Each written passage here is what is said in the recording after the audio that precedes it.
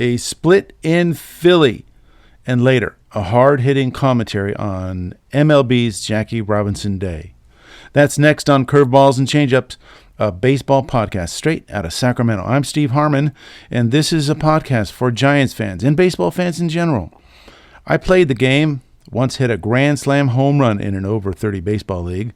I covered the Hum Baby Giants as a sports writer in the 1980s and early 90s.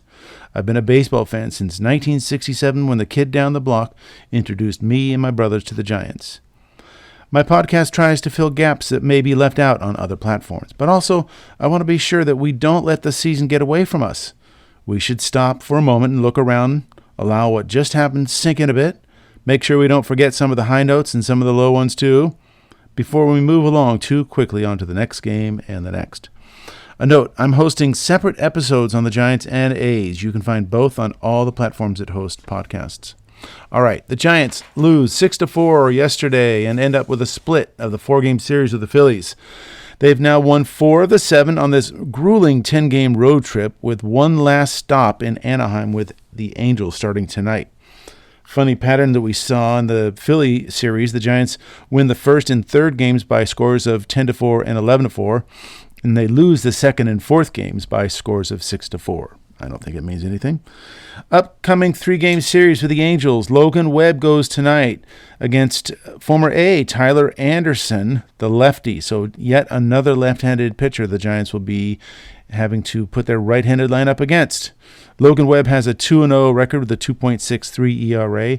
Tyler Anderson has a nice 2.87 ERA, but only a 1-0 record. So he's been taken out kind of early. Landon Roop will pitch the middle game against the veteran Kyle Hendricks. He's still around. Roop is 1-1 on the season with a 4.80 ERA. Hendricks is 0-1 with a 4.2. And in the series finale and the road trip finale, it'll be Justin Verlander back on the hill against Yusei Kikuchi, the former Blue Jay. Verlander has had it a little rough early on, 0-1, 6.75. We'll be talking about him later. And Kikuchi hasn't had it much better. He's 0-3 on the year, although his ERA is more respectable, 4.13. The Angels are 9-9 after starting the season 4-1. They just got swept in 3 by the Texas Rangers, scoring only 4 runs in the 3 games. So this will be an interesting series to see how the Giants pitchers can exploit that, maybe the hitting slump that they're in.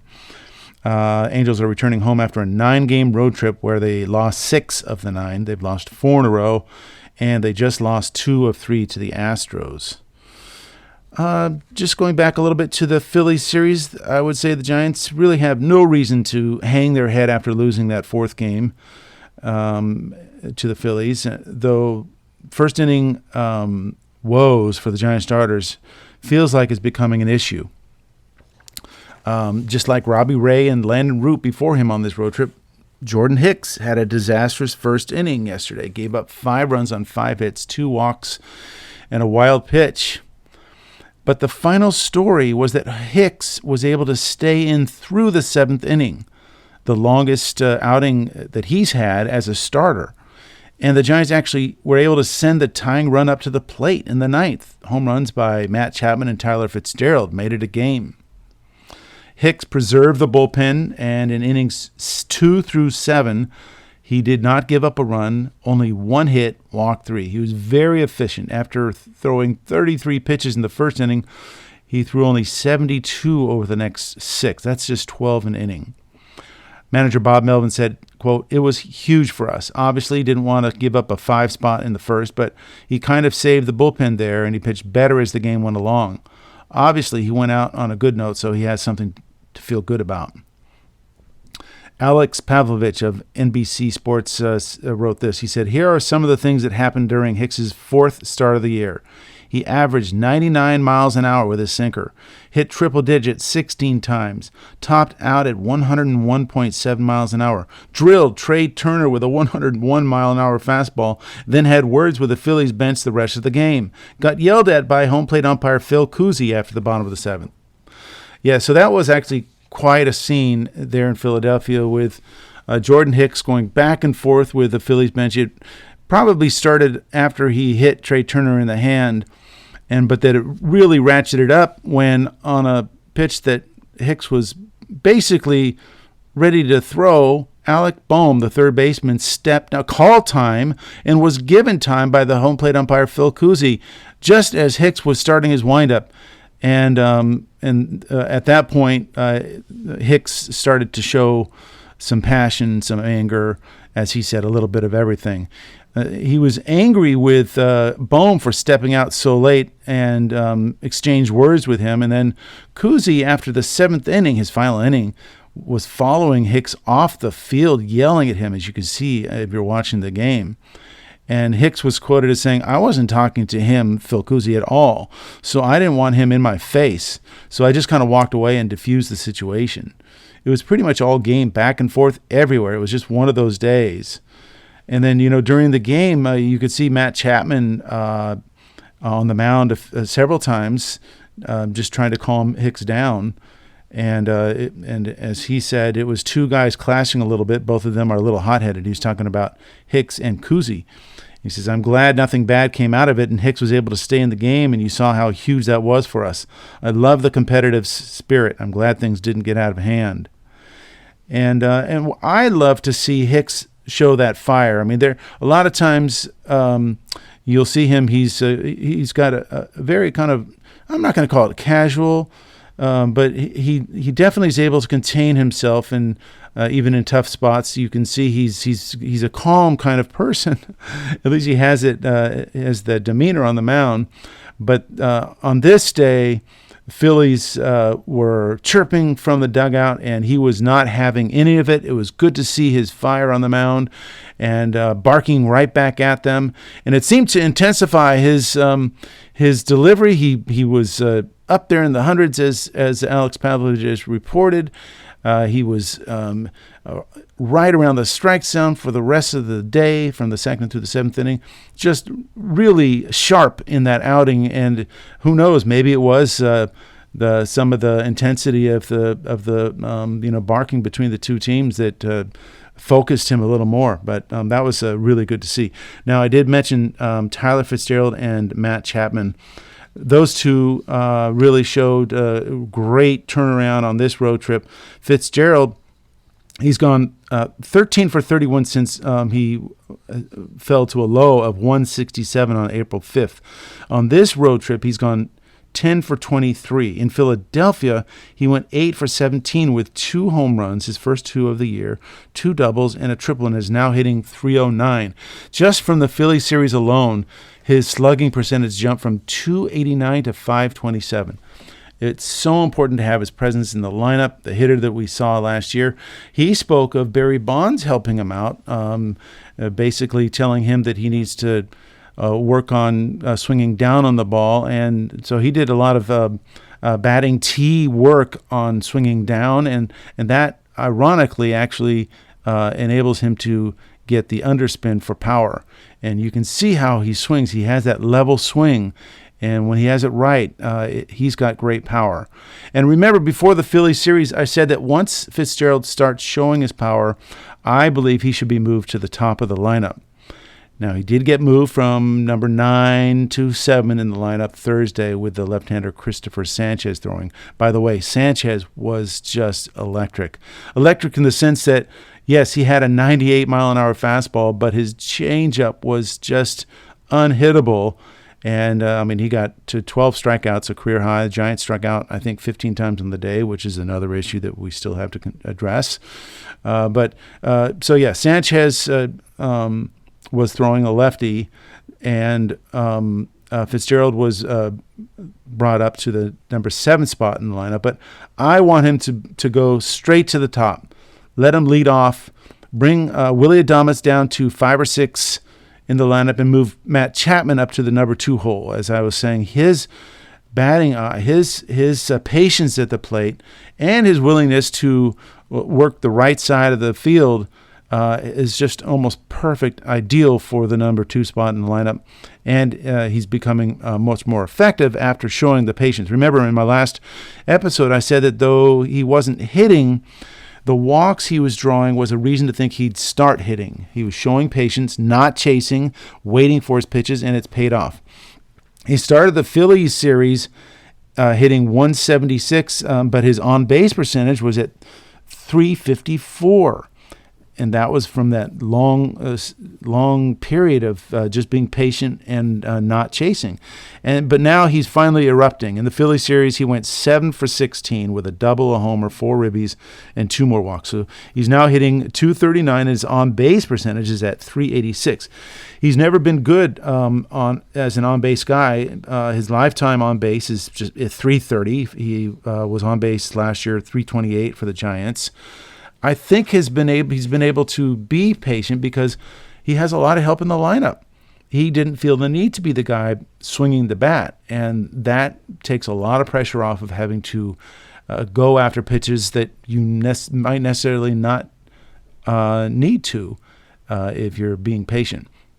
All right, so a look at the Giants and where they stand offensively around the majors in the National League. They are 9th in the National League and 16th in the majors in hitting with a 231 batting average. I'm going to say will rise. There are too many players who are not hitting now who have a baseball card that show that they will be later on. They have struck out the second most in the NL and third in the majors with 186. That's no surprise. Their on-base percentage is right around the middle of the pack. They're 8th in the National League and 15th in the majors. Their power is closer to the top third. They're 4th in the National League with 23 homers, 8th in the majors. And their slugging, which goes along with the home run power, is 6th in the National League and 10th in the majors at 415. And they have scored the second most in the National League, 104 runs, tied for the second most, and tied for the third most in the majors. And another part of their slugging percentage is their doubles power, and they lead the major leagues with 42. Of course, that's Jung-Hoo Lee with his major league leading 10, leading the way there. I mentioned Willy Adames and thinking that he should be dropped in the lineup. He is still struggling. He did get his first home run in the first game of the Philly series, but has gone 2 for 13 since, back to his wild swings. He's got 22 strikeouts and 81 plate appearances. That's a 27% strikeout rate. The major league average is about 25, maybe a little less. But an interesting stat that I found on StatCast, it's a website of hardcore analytics. Adames has had the second most hard hits on the team with 23, tied with Jung-Hoo Lee, and Elliot Ramos has 25 to lead the team. So, and I don't know, I would say that probably was happening maybe a little earlier than this road trip, but the fact is that he has hit a lot of balls hard, just has not had the results to show it. Another person really having a difficult time, Lamont Wade, looks lost. Now, earlier on he was hitting balls hard. They were finding gloves. It was frustrating, but people could at least say that Wade's at-bats looked good and something will fall in soon. But now he seems unable to get around on fastballs. He's jumpy on off speeds. It's classic in-between feeling as a hitter. He's always guessing and always guessing wrong. Maybe he should just stop guessing and just see ball, hit ball. He is now down to a 102 batting average. On this road trip, he's 1 for 11, though he has walked 6 times, so he's gotten back to his roots a little bit. His on-base percentage rising from 146 to 295. That's doubling there, actually. So if he goes by the formula Chapman went by, which is patience, don't chase, maybe he can get his swing back, but his timing right now is just terrible. But when you're winning, and the Giants are 13-6 now heading into the final leg of this long road trip, when you're winning, these are flaws that can be overlooked. Plus, Wade is actually getting a lot of time to think about it, rest up on the bench with the number of lefties the Giants are facing, like today. All right, I did want to address a hole in catching. I'm calling it a kind of a black hole in the lineup. I mean, they're just not getting any offense from either Patrick Bailey or his backup, Sam Huff. And Huff, who started Thursday, I think has looked completely overmatched. They keep saying he's got power, but I guess they're talking about the 3 p.m. power that he's got in batting practice. Not only have I not seen power, I have not seen contact. And when I do see contact, it's he's rolling over to shortstop every time. He's also been a pretty erratic catcher.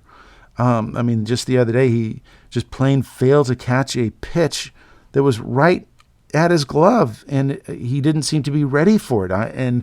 As I think it was Javi Lopez was saying, he didn't think there's a way that they could get crossed up with the pitch comm. I guess there is a way they could, but it didn't seem to be. They did not have a conversation about it afterwards. It was just a straight-out miss. It looked like he was not ready for it, or just slowly responding to it. And then there was another, just, right after that, a pitch was in the dirt that if he had just put his glove down, let his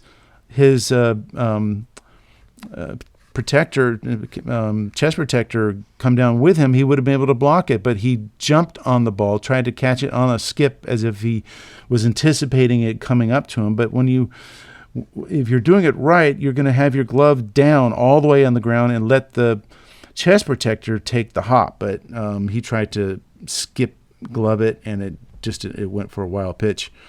And I was thinking maybe look to Sacramento for help, but I'll have a word on that in just a minute. And then Patrick Bailey, I know people love him, love the fact that we have a Gold Glove catcher. He's a good guy. He is a young player with lots of talent, and we're waiting for his bat to come around. But I don't know why, but I see so many flaws. I mean, yes, it's easy to see that he's a subpar hitter. I mean, he used to be able to hit from the left side, and I'm just not even seeing that.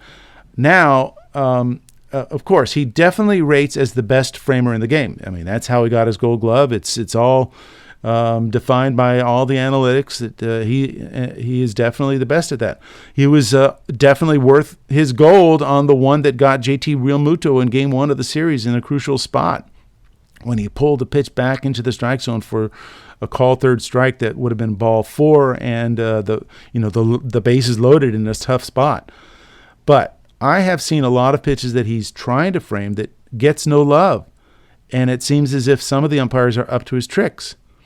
But the one big thing that happened in Philly that really caught my attention, and I'm hoping that he gets it addressed, happened in the third game with Lou Trevino on the mound. It was on the strikeout and pass ball that resulted in an error when he threw.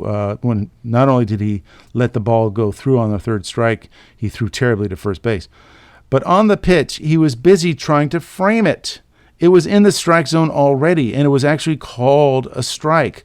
But he did not catch it. He failed to catch it. It went off his glove and to the backstop. He chased it down and threw the ball in the dirt that Wade couldn't handle. It reminded me of the conversation that Giants president Buster Posey said he had with Bailey in spring training about making catching the ball the priority and framing as secondary. He said explicitly he wanted Bailey to keep balls from going to the backstop on pitches that he should catch. And sure enough, here he was trying to frame a pitch that was already in the strike zone and forgetting to catch the ball. It would be interesting to know if someone got in Bailey's ear about that later, even if Trevino was able to pitch around it and the Giants later added on runs for an 11-4 win. It's easy to lose sight of what happened, but in a big spot, that could cost the Giants. Okay, on to the starting pitching concerns, especially in the first innings. Jordan Hicks, Robbie Ray, and Landon Roop combined to give up 10 runs in the first inning on this road trip. All right, but so we know about that. How do the Giants stack up against the league? In ERA, they're 4th in the National League and 9th in the majors at 3.63. They've allowed the 4th fewest hits in the National League at 140. That's 10th fewest in the majors. So that's upper tier. They've also allowed the 5th fewest homers in the National League and in the majors at 16. They've struck out 168, which is 5th most in the National League, 9th in the majors. They've induced 13 double plays, which is tied for 4th in the National League, 11th in the major leagues. But here's the downfall. Here's where it really starts hurting. The walks. They've had 72 walks so far on the season in 19 games. That's 6th most in the National League, 8th most in the majors. Walks per 9 innings, 3.9 walks. That's 10th best in the National League, 22nd in the majors. Their strikeout to walk ratio is 2.33, which is 10th out of 15 teams, remember, and 19th in the majors.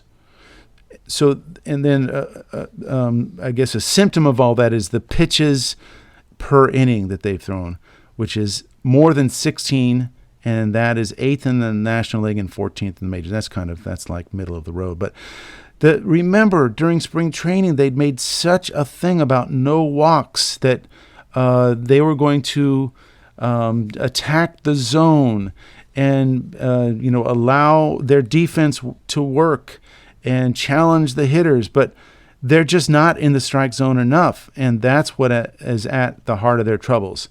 And if maybe it has to do with the conditions that they've been pitching under, and that has definitely been an issue. So I still want to hold out to see when the warm weather comes around if this is still an issue. But the thing that is so great about winning is that you're able to kind of patch over that and wait for the next start to improve and not worry about making rash decisions. And the reason they're able to do that is because they've got an offense that has come up magical at times. Let's go back to Game 1. Landon Roop gave up 3 runs in the first inning, and the Giants answered back with 6 in that second inning. The big blow being Tyler Fitzgerald's 3-run homer, and that was kind of the announcement of his arrival, the return of Tyler Fitzgerald that we all loved and knew from last year. And then Willie Adames joining the party with his first home run as a Giants. And then Mike Yastrzemski came back later to secure that victory with a homer and double in late innings to nail it down. I think I have a word on that a little later. And then second game, Verlander did have early troubles, but it was in the second inning when he gave up 2 runs, and then he couldn't hold a 3-2 lead in the 6th, giving up 2 runs and a 6-4 loss. I'll have more to say on that. And in Game 3, Robbie Ray was gifted that 4-0 first inning lead, but coughed up half of that in that 39-pitch first inning, and that led to a short game for him. He left after 93 pitches in 4 innings, and by then the game was tied 4-4. But the Giants' offense covered for that implosion by scoring 7 runs over the next 3 innings as they won 11-4. That offensive outburst was another way of the Giants showing how special they are this year. They continue to battle back from adversity with an offense that has been really thrilling to watch. And they do it in a variety of ways. In that Robbie Ray game, just when you were thinking your darkest thoughts, I mean, how could he have blown that 4-0 lead his offense handed to him in the first inning? Those 7 runs they scored over 3 innings to break the game open were scored this way.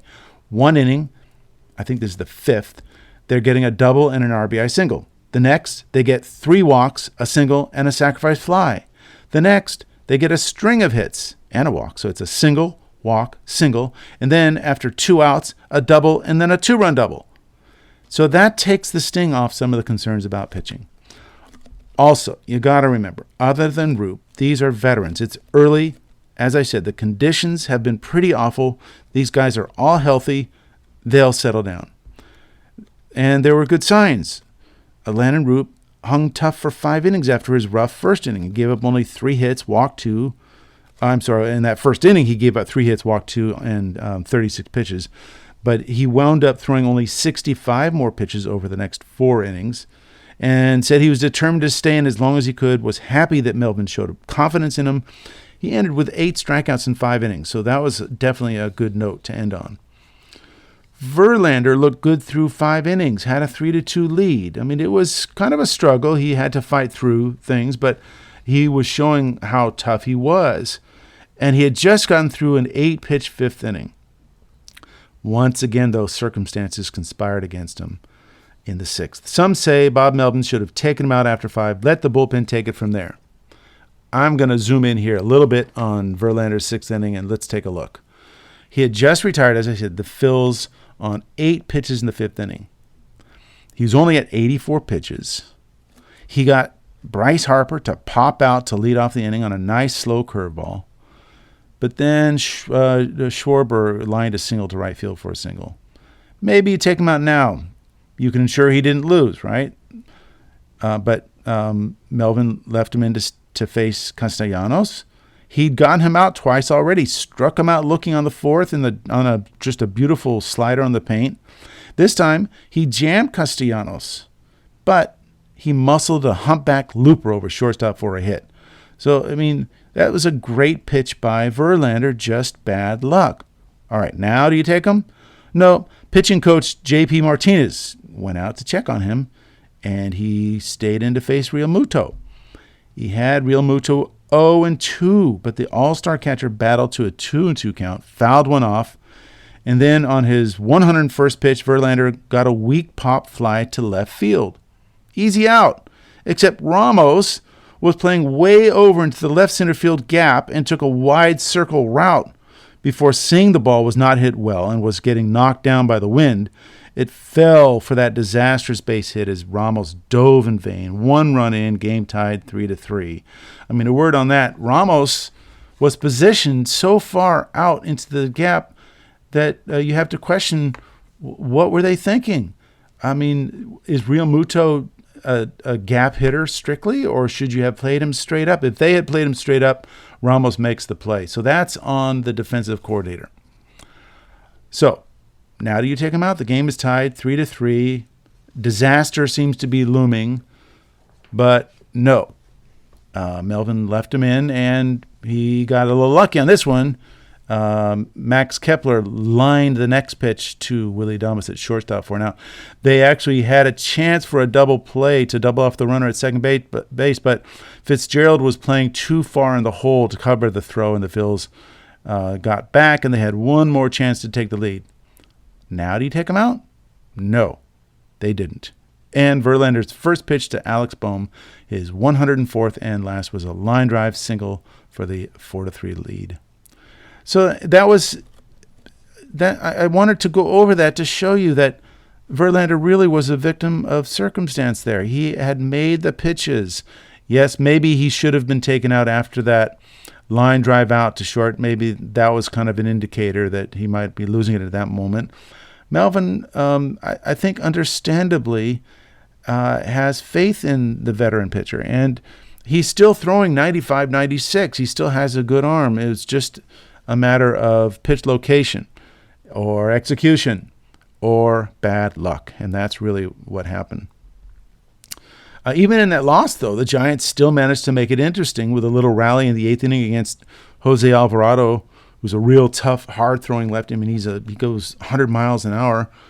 And so there was Casey Schmidt hitting a monster shot to center field off of Alvarado that looked like it could be, but it wasn't. It was caught at the wall in center field, and now Verlander is 0-2 with a 6.75 ERA.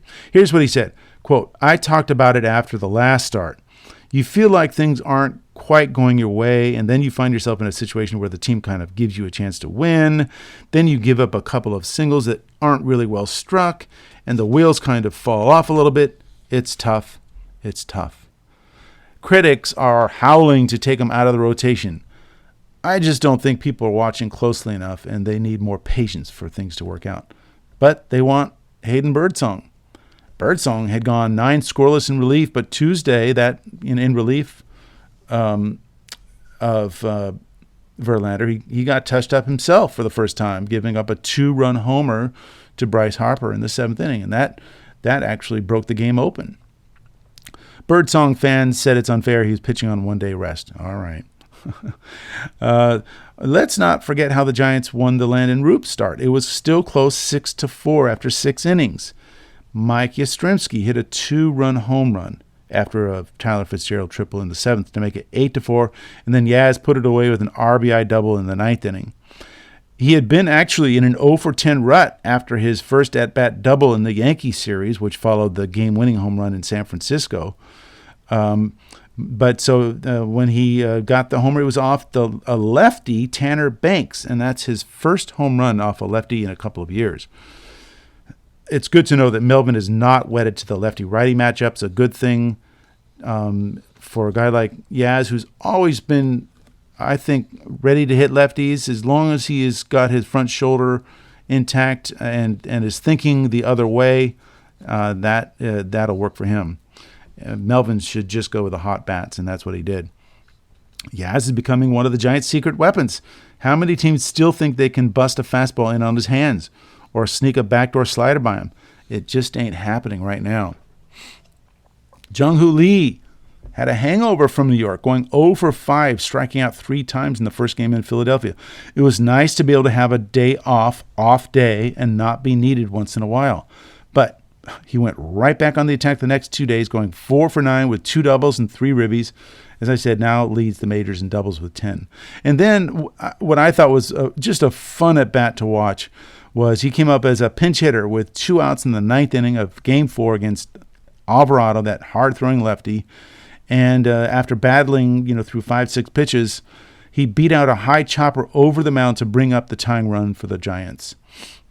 Before that, though, he got involved in a strange mix-up at the plate when, once again, Phil Cousy, touchy Phil Cousy, accused him of mocking his strike call by tapping on his helmet as if he was challenging the call, which you can't do. And they later, Lee and Cousy and translator and others got together. Cousy was yelling at Jung-Hoo Lee in the batter's box, and Jung-Hoo Lee kept on saying in his very limited English, "I don't speak English. I don't understand." All right. And one good thing to see in that Philadelphia series was Camilo Doval with 2 scoreless outings against the Phillies. He was attacking the strike zone with his 99-mile-an-hour cutter and hard slider he was so well known for in his All-Star year. So it's good to see, and I'm so glad that Bob Melvin really shows the kind of patience that allows these revivals to happen. And there are times when a lot of us fans are throwing our hands up and saying, "Get rid of them." But Melvin, for instance, Bevins, same thing. He had a rough start, but he's come on to give the Giants really much needed multi-inning performances and done just a great job. Finally, I can't let go of what I thought was the crazy moment of the series. It was in the first game when the Giants had just taken an 8-4 lead on Yaz's 7th inning home run.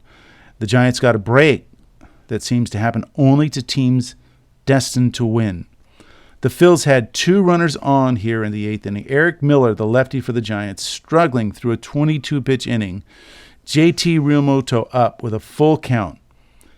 Miller gets the gift of a trigger-happy home plate umpire, Randazzo, when he got a called third strike on a pitch 3 to 4 inches off the plate. All of Philly world was up in arms. Realmuto howled in protest. Miller walked off the mound as if it was no big thing. Patrick Bailey was credited for his framing, and he did a good job of bringing it in, but home plate umpire Tony Randazzo is notorious for calling third strikes on the outside corner. It's just his thing. But as I said, if he walks, that's bases loaded, and Eric Miller is in real trouble, and who knows what happens from there. What happened there was they got the out, and then the Giants were able to add a couple more runs after that. Lastly, I wanted to do a little farm report from Sacramento. Remember Kyle Harrison? He was supposed to be the Giants' number 5 starter. He had a rough spring. Landon Roop and Hayden Birdsong leapfrogged him, and Harrison was sent to Sacramento to continue working. Well, he's had a rough April in Sacramento. He has started 3 games, given up 7 earned runs and 13 hits in 11 innings. That's a 5.73 ERA. Given up 2 home runs. Struck out 16, so his stuff is still good, but it's still a work in progress. Keaton Winn, another early starting pitcher contender, has also had it rough in 3 starts. 7 earned runs, 12 hits in 10 2/3 innings. Mason Black has done better. He's actually been pretty dominant, gone 12 innings, allowed only 5 hits, walked 6, struck out 19, and has an ERA of 3.00. That's in 2 starts and once out of the bullpen. And then Sean Jelly, who many thought would be the Giants' opening day bullpen, is doing well. 9 2/3 innings, 6 hits, just 1 walk, and 12 strikeouts, and a 1.86 ERA. So if the Giants are ever in need, he's there and ready. Among the hitters, guess who's lighting it up in Sacramento? David Villar, the former AAA MVP. He's leading the team with a .377 batting average, leads the team with 20 hits, just one home run at this point, but his power will come back too. For those who are following the career of Marco Luciano, he leads the team with 3 home runs, but is just hitting .188, though he has walked 13 times, so his on-base percentage is .313. And to the point that I was making earlier about catching and maybe looking for some relief from Huff, the one logical guy, Max Stassi, has not been the answer in Sacramento quite yet. He's hitting only .229, though he does have an on-base percentage of .372. He has thrown out 2 of 6 base stealers and has had 1 passed ball. So I think we're still looking at more work for Max Stassi, and that means more opportunities for Huff. All right, that's all I have now for the Giants. We'll see how they do in Anaheim against the Los Angeles Angels starting tonight. And now a word on another Jackie Robinson Day celebrated this week around the major leagues. Every player wore number 42. Teams held ceremonies. Ballparks showed video tributes. Players had specially designed equipment, and Major League Baseball reminded America that Jackie Robinson helped spearhead the civil rights movement in 1947 with the integration of its sport. MLB.com kept with the positive vibes with a story that started out, quote, "The diversity of MLB rosters is as strong as ever, and the effects of the league's efforts to improve its percentage of black players at the highest level are making an impact." First of all, the diversity they're talking about is of the number of international players. As for African-American ball players, MLB touted the first year-over-year increase in the percentage of black players since 2018, but that would be 6.2% over the 6% black players represented in 2024.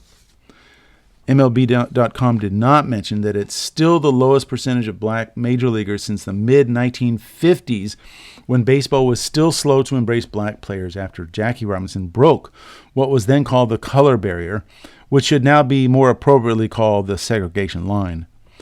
There are now 3 black managers and 1 black general manager in all of baseball, in Major League Baseball.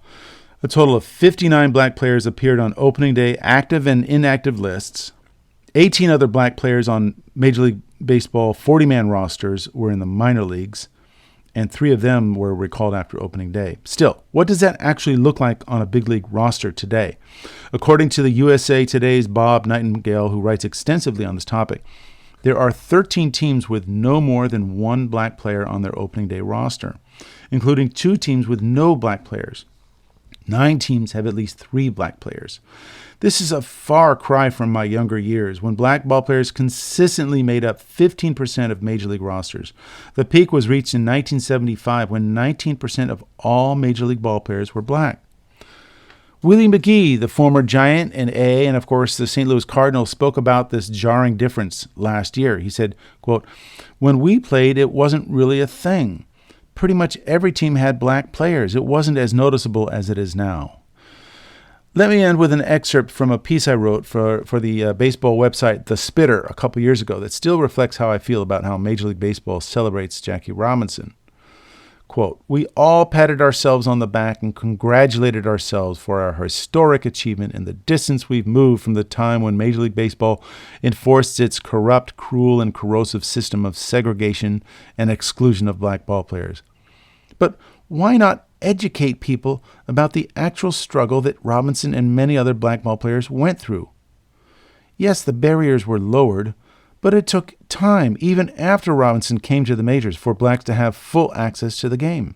Remember, another 12 years went by before the Boston Red Sox became the last team to add a black player.